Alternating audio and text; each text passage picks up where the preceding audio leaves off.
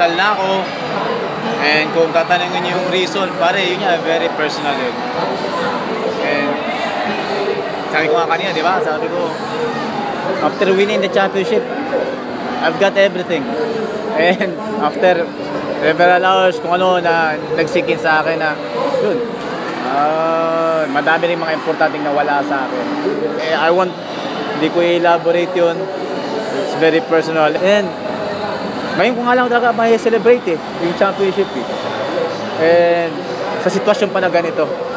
Well, yung kumutak sa akin yung Lasal last Monday lang. Last Monday. Nung Monday na yon nasa Sorsogon ako. And wala talagang planong bumalik dito, pero nung tinontak ako ng Lasal, hapon ng Monday, I nag-drive ako papunta dito. And Tuesday, I met with them. And right away dun, sabi ko, okay. Sino po yung una yung sinabihan nung Lasal na kayo? Sino yung una yung sinabihan dito sa letra? Mark Cruz. Mark Cruz. Right away yung coach? Right away, tinext ko si Mark na ganito, ganyan. And I talked to Father Vic.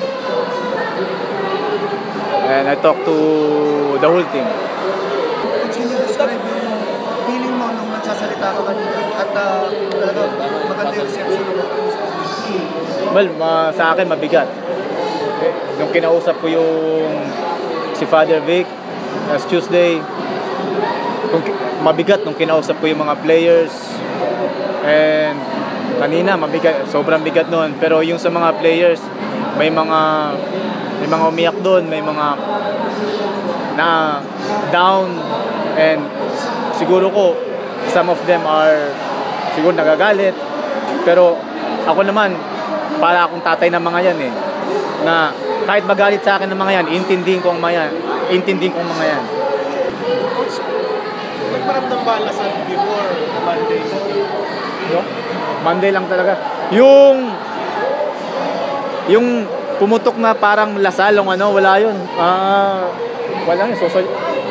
Social media, pero hindi official yun. Coach, ano yung contract mo? Naging contract mo na ayos na? I still have 3 years, pero the father naman, sinabi naman they're going to let me go. Well, sabi naman ni Father Vic, ever since naman yung letrang, gano'n naman palagi. Every time they choose a coach, palagi naman systematic talaga. Yung screen process, palagi nila ginagawa yun. So, for me, Coach G is the best choice. Coach, Letran is in good hands. Yan ang sabi nito. Depende kung sinong ilalagay. Pero, sina Father Vic naman, and Father Rector, they know what to do naman Kasi kung si Coach G, almost the same system, almost the same kung anong ginagawa, and yung sistema na yun, compatible sa materialis na to. And itong team na to, although nawala si Mark, nawala si Kerax, saka si Publico, may mag-step up lang si Jeric, si Bong, and the rest of the guys, under to. And yung next year nito, malakas to. Kasi yung mga re-recruit namin ng mga players. Walang sasama sa I'm not going to do that. I'm not going to do that. Kung ano pa nga may itulong ko sa Letran, itulong ko, pero hindi ko papahinain yung Letran. Paano pa sa Lasal? Yung staff ka na?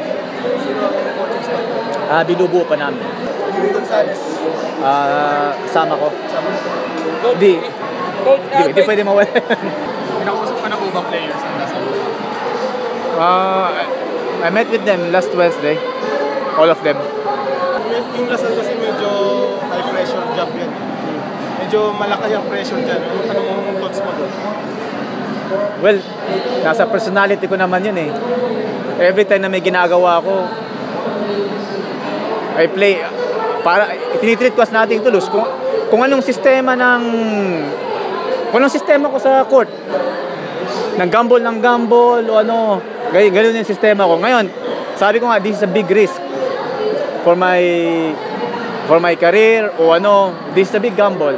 Pero ganun naman talaga ang personality ko na pag may ginagawa akong ganito, ayokong mag-cling sa isang bagay, ayokong masyadong mag-press yung sarili ko na kung ano. I'm just going to do my job.